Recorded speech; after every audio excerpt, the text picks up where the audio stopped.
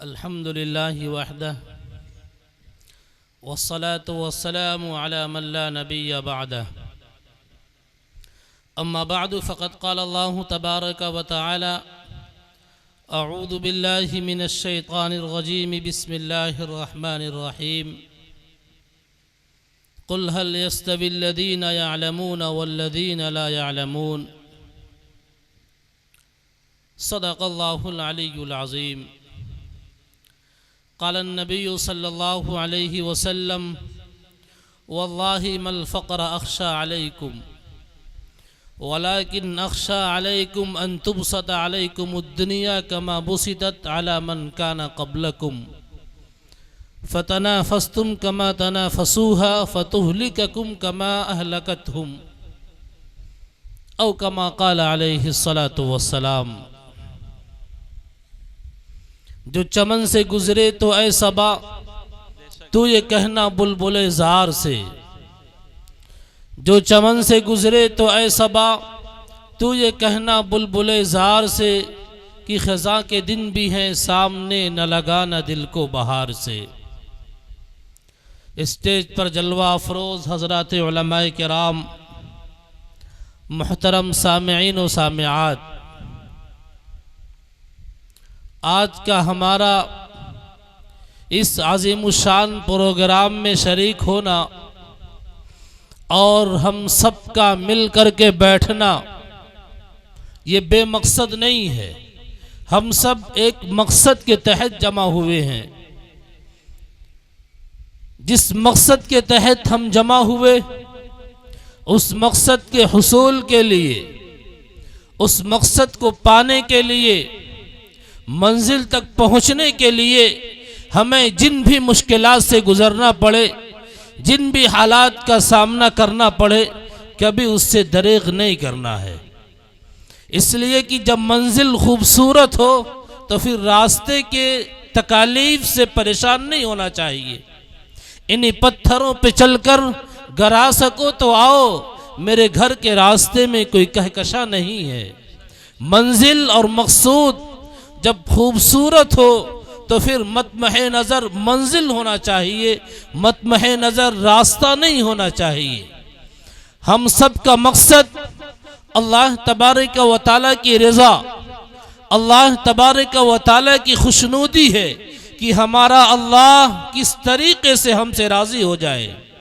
ہمارا اللہ کیسے ہم سے خوش ہو جائے. اس لیے کہ اگر اللہ راضی ہے پھر چاہے پوری دنیا ناراض ہو کچھ نقصان نہیں ہوگا، لیکن اگر اللہ ناراض ہو جائے پوری دنیا راضی ہو ہمیشہ نقصان ہی نقصان ہے. اس لیے ہمارا جو سب سے بڑا مقصود، ہمارا جو سب سے بڑا مطمح نظر وہ اللہ رب العزت کی رضا ہے، اللہ تبارک و تعالی کی خوشنودی ہے. اب سوال یہ ہے، یہ پتہ کیسے چلے گا، یہ کیسے معلوم ہوگا کہ ہمارا اللہ راضی کیسے ہوگا، ہمارا اللہ خوش کیسے ہوگا؟ اس کے لیے ہمیں اس بات پر محنت کرنی ہوگی،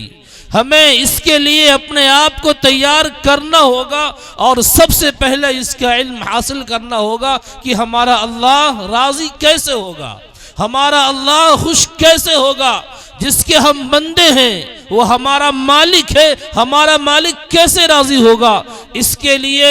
ہمیں یہ راستہ تلاش کرنا پڑے گا. اور وہ راستہ کون سا راستہ ہے؟ وہ راستہ ہے اللہ تبارک و تعالیٰ نے سب سے پہلی وحی میں اس کو بتلایا ہے. اس لیے کہ ان حالات میں جب پوری انسانیت سسک رہی تھی، دم توڑ رہی تھی اور وہ اپنے تباہی و بربادی کے آخری دہانے پر کھڑی تھی، اس وقت اللہ تبارک و تعالیٰ نے ایک حکم دیا تھا، اللہ تبارک و تعالیٰ نے ایک وحی نازل فرمائی، اللہ تبارک و تعالیٰ نے ایک میسج اور پیغام دیا کہ اگر تم نے اس کو اپنا لیا، اپنی زندگی میں اس کو اتار لیا، تو باوجود کہ تم دم توڑ رہی ہو اور ہلاکت و تباہی و بربادی کے آخری دہانے پر ہو، اور اگر تم نے اس کو اختیار کر لیا تو تم کامیاب و کامران ہو جاؤ گی، تم منزل مقصود کو پالو گی. وہ سب سے پہلا حکم جو تھا اقرأ بسم ربک الذی خلق خلق الانسان من علق اقرأ وربک الاکرم الذی علم بالقلم علم الانسان ما لم يعلم. یہ سب سے پہلا حکم تھا. یہ اللہ تبارک و تعالیٰ نے سب سے پہلا حکم دیا تھا اور سب سے پہلے وحی نازل فرمائی تھی. اور اس وقت کے حالات انتہائی خطرناک تھے. کون سی بیماری تھی, کون سی برائی تھی جو سماج اور معاشرے میں نہیں پائی جاتی تھی, لیکن سب سے پہلا جو علاج تجویز کیا گیا, جو سب سے پہلا حکم دیا گیا وہ اقرا کا دیا گیا, پڑھنے کا دیا گیا. اور وہ ہر پڑھائی نہیں, ہر اقرا نہیں, وہ اقرا بسم ربک الذی خلق, جس اقرا میں اللہ کا نام ہو, جس کا آغاز اللہ تبارک و تعالیٰ کے بابرکت نام سے ہو, جو اللہ تبارک و تعالیٰ کے نام سے شروع ہوتا ہو, وہ اقرا ہے. اگر اس کو ہم نے اختیار کر لیا تو آج ہمارے اندر بھی جتنی برائیاں ہیں یہ تمام برائیاں دور ہوں گی. آج وہ اخلاق و کردار کی خرابی ہے, وہ آج ہمارے ایمان اور ہمارے کردار کی خرابی ہے. ہم اپنے آپ کو صاحب ایمان تو کہتے ہیں لیکن ایمان کے تقاضے پر عمل نہیں کرتے. آج بے حیائی بے غیرتی عام ہے, اور آج اس طریقے کی برائیاں, ایمان سے پھر جانا, ارتداد اور اپنے حیا کا جنازہ نکال لینا, یہ وہ برائیاں ہیں جو اس وقت انسانیت کو اپنے چپیٹ میں لیے ہوئے ہیں اور لوگ سمجھ نہیں پا رہے ہیں اور اس کی جانب بالکل کھینچے چلے جا رہے ہیں. ایسا لگتا ہے کہ جیسے کوئی بہت مفید اور بہت کارآمد چیز ہو, چلو اس کو اپنے سینے سے لگا لو, چلو اس سے چمٹ جاؤ. نہیں, یہ انتہائی خطرناک چیزیں ہیں. یہ وہ انتہائی خطرناک چیزیں ہیں جو ہمارے ایمان اور ہمارے کردار کا جنازہ نکال رہی ہیں. اور جب ہمارا ایمان اور ہمارا کردار خراب ہو جائے تو پھر اس روئے زمین پر رہنے کے لیے, اس روئے زمین پر زندگی گزارنے کا حق نہیں ہے.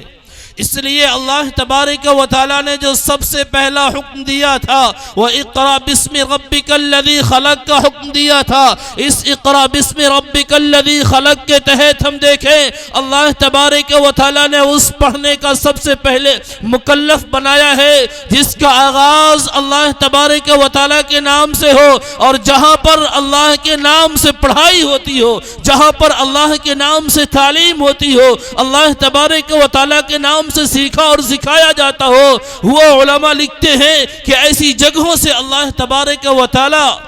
اپنے عذاب کو اٹھا لیتا ہے. ان کے پڑھنے کی آواز جہاں تک جاتی ہے اللہ تبارک و تعالی سب کو منور کر دیتا ہے. امام رازی رحمت اللہ علیہ نے ایک واقعہ لکھا ہے, میں مختصر اس کا خلاصہ اور نتیجہ بتا رہا ہوں کہ جس کے باپ کو عذاب قبر ہو رہا تھا اور اس نے وصیت کی تھی میرے بیٹے کو مدرسے میں داخل کرنا. ایک مرتبہ جب اس کو خواب میں دیکھا تو آج جنت کے باغ میں وہ ٹہل رہا ہے. پوچھا کل تو صورتحال یہ تھی اور آج صورتحال کچھ اور ہے. کہا آج میرے گھر والوں نے میرے بچے کو مدرسے میں داخل کیا ہے اور میرے بچے کے استاد نے آج انہیں پہلا سبق سنایا ہے, پہلا سبق پڑھایا ہے اور کہا پڑھو بسم اللہ الرحمن الرحیم. اور اللہ تبارک و تعالیٰ نے کہا جس کا بیٹا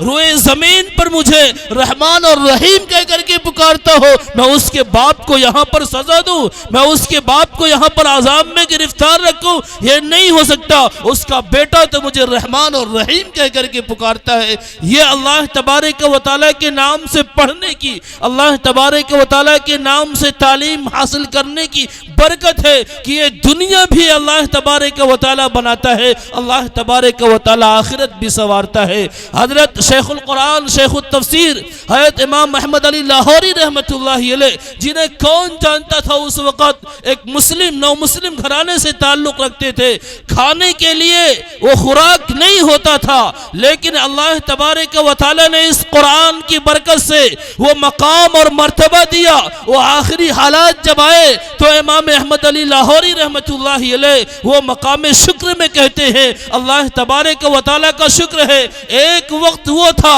جب کھانے کے لالے پڑے ہوئے تھے، اور آج یہاں پر ہیں۔ اللہ تبارک و تعالیٰ پوری دنیا سے بھیجتا ہے کہ جاؤ احمد علی کے گھر دے کر کے آؤ، اور احمد علی کا گھر کبھی کھانے سے خالی نہیں ہوتا، دنیا کے دوسرے ملکوں میں پھل تیار ہوتا ہے، احمد علی کے گھر میں پہنچتا ہے، اور وہ بڑے بڑے امیر گھرانوں کی عورتیں بھی صرف تبرک کے طور پر جھاڑو دینے کے لیے آتی ہے، چلو حضرت کے گھر میں ہم جھاڑو لگا دیں، ہمیں بھی کچھ برکت نصیب ہو جائے گی۔ یہ برکت ہے اس اللہ کے نام سے، اللہ تبارک و تعالیٰ کے بابرکت نام سے تعلیم حاصل کرنے کا۔ اللہ تبارک و تعالیٰ دنیا بھی سنوارتا ہے، اللہ تبارک و تعالیٰ آخرت بھی سنوارتا ہے۔ تو یہ اللہ تبارک و تعالیٰ کے نام سے پڑھنے پڑھانے کا، اگر پوری دنیا میں آپ جگہوں کو تلاش کر ڈالیں، اگر آپ پوری دنیا کا سروے کر ڈالیں، تو اللہ تبارک و تعالیٰ کے نام سے پڑھنے کا، اللہ تبارک و تعالیٰ کے نام سے قرات کا اگر کہیں پر وجود ہے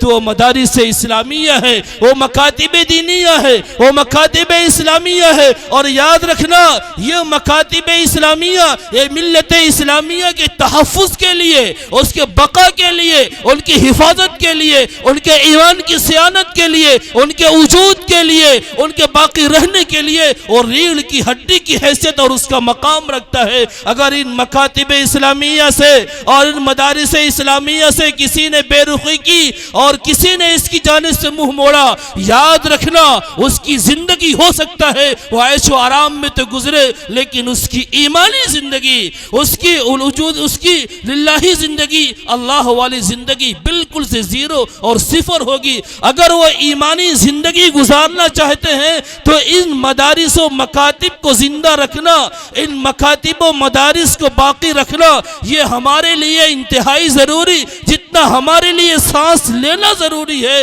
اتنا ہی ہمارے لیے اپنے ایمانی وجود کی بقا کے لیے ان مدارس و مکاتب کا باقی رکھنا بھی ضروری ہے۔ اور صرف یہی نہیں کہ مدرسہ ہمارے گاؤں میں چلتا ہے، مکتب ہمارے گاؤں میں چلتا ہے، وہ ہمارے پاس سال میں 1 مرتبہ آئے، 2 مرتبہ آئے، اور ہم نے پیسوں سے مدرسے کا تعاون کر دیا، اور ہم یہ کہنے لگے ہم اپنے مدرسوں کا اور اپنے مکتب کا بہت خیال کرتے ہیں، ہم تو ان کا ایک موٹی رقم چندے میں دیتے ہیں اور ہم اس کا بہت خیال رکھنے والے ہیں۔ یاد رکھنا، یہ صرف تعاون نہیں ہے، سب سے بڑا تعاون یہ ہے جب ہم ان مدارس اور مکاتب کو آباد کرنے کے لیے اپنے نونہالوں کو، اپنے نسلوں کو حوالے کریں گے۔ یہ سب سے بڑا تعاون ہوگا، یہ سب سے بڑا ان کا حوصلہ ہوگا جب وہ اپنے نونہالوں کو اس کے حوالے کریں گے، جب اپنے بچوں کو ان کے حوالے کریں گے، یہ سب سے بڑا تعاون ہوگا۔ اور اس سلسلے میں اگر اللہ تبارک و تعالیٰ نے کسی کو نواز دیا اور ذرا دنیا اس کے اوپر وسیع کر دی گئی، ذرا دنیا اس کے اوپر کشادہ کر دی گئی، وہ مالدار کہلانے لگا، تو یہ سوچتا ہے کہ اگر میں نے اپنے بچے کو مدرسے میں بھیج دیا تو میرے بچے کی توہین ہوگی، میں نے اپنے بچے کو بھیج دیا تو میری توہین ہوگی، میں اپنے گھر پر قالین میں بیٹھنے والا، میں اپنے گھر پر اے سی میں بیٹھنے والا، میں اپنے گھر پر کولر میں بیٹھنے والا، میرے پاس تو اتنے بہترین انتظام ہے، میرا بیٹا تو مدرسے کی وہ چٹائی پر بیٹھے گا، مدرسے کے ٹاٹ پر بیٹھے گا۔ یاد رکھنا، اب تاریخ کو پڑھ ڈالیے، تاریخ آپ کو بتلائے گی جنہوں نے ان ٹاٹوں پر بیٹھ کر کے علم حاصل کیا ہے، جنہوں نے ان چٹائیوں پر بیٹھ کر اپنے جسموں کو رگڑا ہے، ان کے پیروں پر، ان کے جسموں پر نشانات پڑے ہیں، وہی ہیں جنہوں نے آگے چل کر کے ایک انقلابی کام کیا ہے، اور جن کی وجہ سے ہزاروں نہیں لاکھوں لوگوں کو ایمان کی دولت نصیب ہوئی ہے، ایمان کے کلمے انہیں نصیب ہوئے ہیں۔ یہ انہی چٹائیوں پر اسی دریا سے اٹھتی ہے وہ موجے تند جولا بھی نہنگوں کے نشیمن جس سے ہوتے ہیں تہو بالا۔ یہ ہمیں سوچنا اور غور کرنا ہوگا کہ انہی چٹائیوں کے اندر نہ پوچھ ان خرقہ پوشوں کی ارادت ہو تو دیکھ ان کو یدے بیضا لیے بیٹھے ہیں اپنی آستینوں میں، جنہیں میں ڈھونڈتا تھا آسمانوں میں زمینوں میں، وہ نکلے میرے ظلمت خانے دل کے مکینوں میں۔ کبھی جا کر کے تو دیکھو، کبھی پہنچ کر تو دیکھو، ان ٹوٹی چٹائیوں پر بیٹھنے والے، ان پھٹے ٹاٹوں پر بیٹھنے والے دلوں کا سکون کتنا ہوتا ہے اور ان کے دل کتنے آباد ہوتے ہیں۔ اگر کوئی یہ سوچ کر کیا میرا بچہ جا کر اس ٹاٹ پر بیٹھے گا، پوچھ ڈالیے حضرت ابو ہریرہ رضی اللہ تعالیٰ عنہ سے، وہ صفہ پر پڑے ہیں، بے ہوشی کا عالم ہے، صحابہ گزر رہے ہیں، وہ اپنے پیروں کو حضرت ابو ہریرہ کے گردن پر رکھ دیتے ہیں اس لیے تاکہ انہیں ہوش ہو جائے، یہ سوچتے تھے انہیں مرگی کا دورہ پڑ چکا ہے۔ حضرت ابو ہریرہ رضی اللہ تعالیٰ عنہ کہتے ہیں کہ مجھ پر کوئی جنون نہیں تھا، مجھ پر کوئی مرگی کا دورہ نہیں تھا، یہ صورتحال اگر ہوئی تھی تو صرف اس فقر و فاقہ کی وجہ سے، صرف اس بھوک کی شدت کی وجہ سے ہوئی تھی، جو علم حاصل کرتے کرتے مجھے بھوک کی شدت ہوئی تھی، یعنی اتنا کھانا بھی میسر نہیں تھا،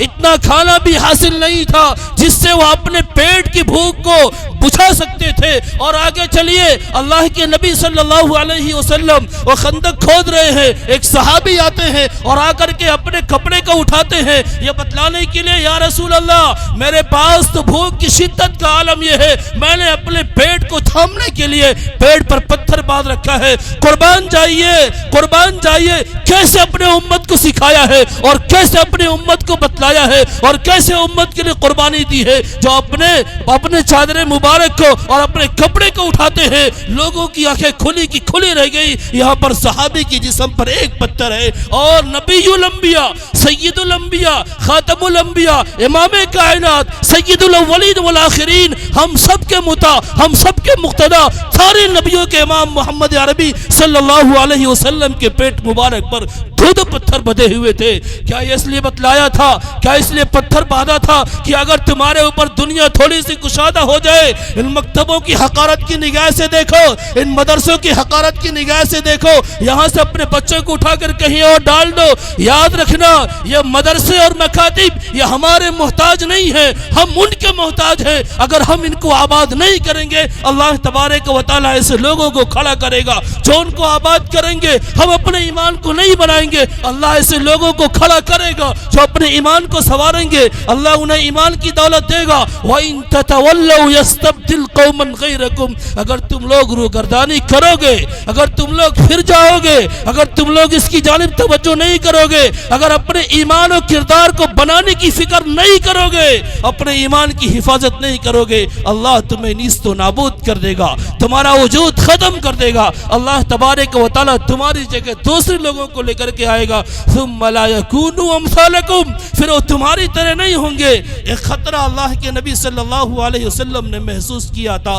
ایک موقع پر فرمایا تھا واللہ ما الفقر اخشى علیکم، خدا کی قسم میں تمہارے اوپر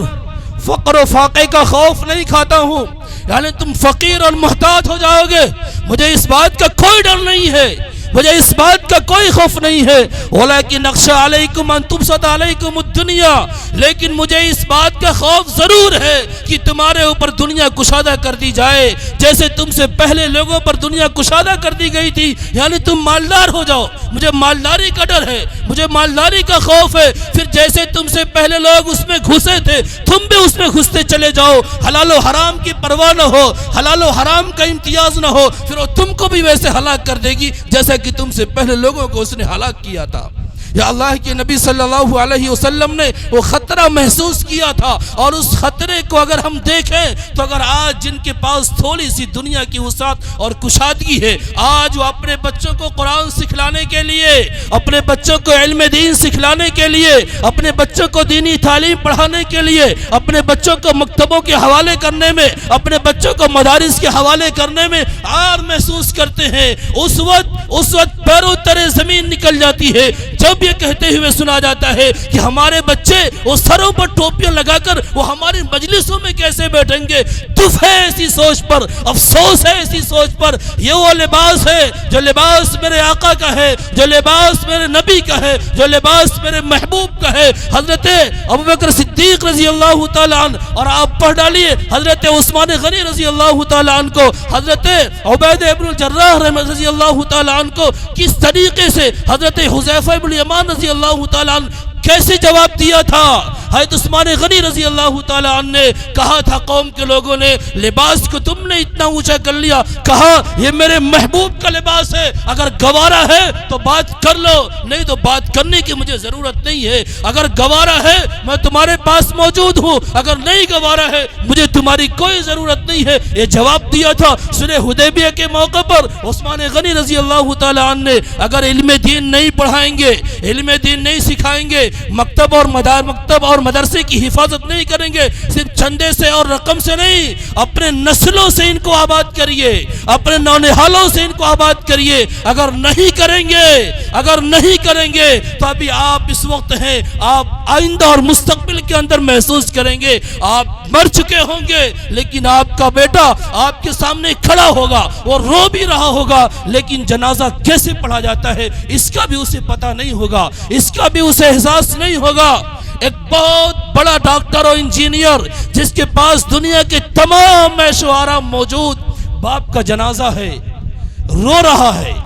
اتنا رو رہا ہے کہ لوگوں کو افسوس ہونے لگا اور لوگ بھی رونے لگے، کہنے لگے صبر کر لو، باپ چلا گیا،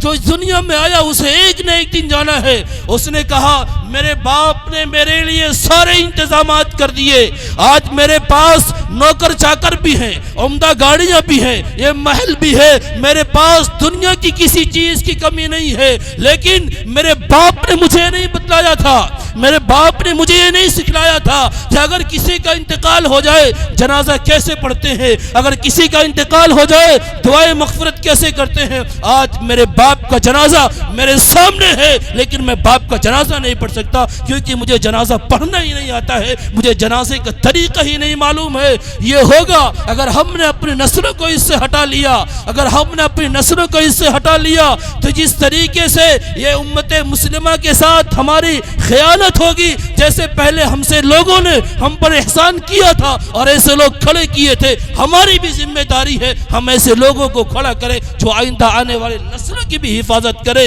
یہ کم از کم درجہ ہے، ورنہ ہر ایک اپنے تیار ہو اور فکر مند ہو کہ وہ ضرور اپنے بچوں کو پڑھائے گا اور مدرسے اور مکتب کے حوالے کرے گا اور ان کے ایمانی اور ان کے دینی وجود کی فکر کرے گا۔ اگر نہیں کریں گے یہ چلتا پھرتا ہاتھ تو ہوگا، یہ پیر تو ہوگا، دیکھتے ہوئی آنکھیں تو ہوں گی، لیکن قرآن کے اسی آیت کے مطابق ہوگی لہم قلوب لا یفقہون بہا ولہم اعین لا یبصرون بہا ولہم آذان لا یسمعون بہا اولئک کالانعام بل هم اضل۔ ان کے پاس سب کچھ ہوگا لیکن بے بصیرت ہوں گے، ان کے پاس سب کچھ ہوگا لیکن کچھ کام نہ آئے گا۔ ایسے لوگ چوپایوں کی زندگی گزار رہے ہوں گے، بلکہ چوپایوں سے بھی خطرناک اور چوپایوں سے بھی زیادہ خراب زندگی گزار رہے ہوں گے۔ اس لیے فکر ہر ایک کو کرنی ہے، سوچنا ہر ایک کو ہے۔ بڑے افسوس کے ساتھ یہ کہنا پڑتا ہے اور بڑے افسوس کا یہ مقام ہے کہ ہم کہتے تو اپنے آپ کو مسلمان ہیں، کہتے تو اپنے آپ کو صاحب ایمان ہے، لیکن ایمان جہاں سکھایا جاتا ہے، ایمان جہاں بنایا جاتا ہے، ایمان جہاں بچایا جاتا ہے، ایمان جہاں سکھلایا جاتا ہے، ایمان جہاں سجایا جاتا ہے، ایمان کو جہاں جگمگایا جاتا ہے، اس جگہوں سے ہم کو ذرا بھی محبت نہیں ہے۔ محبت ہوتی تو یہ مکتب اور مدرسے اس طریقے سے ویران ہوتے نہ چلے جاتے۔ اللہ تبارک و تعالی ہم سب کو اس کی قدر کی توفیق عطا فرمائے اور اس کی حفاظت کی بھی توفیق عطا فرمائے۔ آمین۔ وآخر دعوانا الحمدللہ رب العالمین۔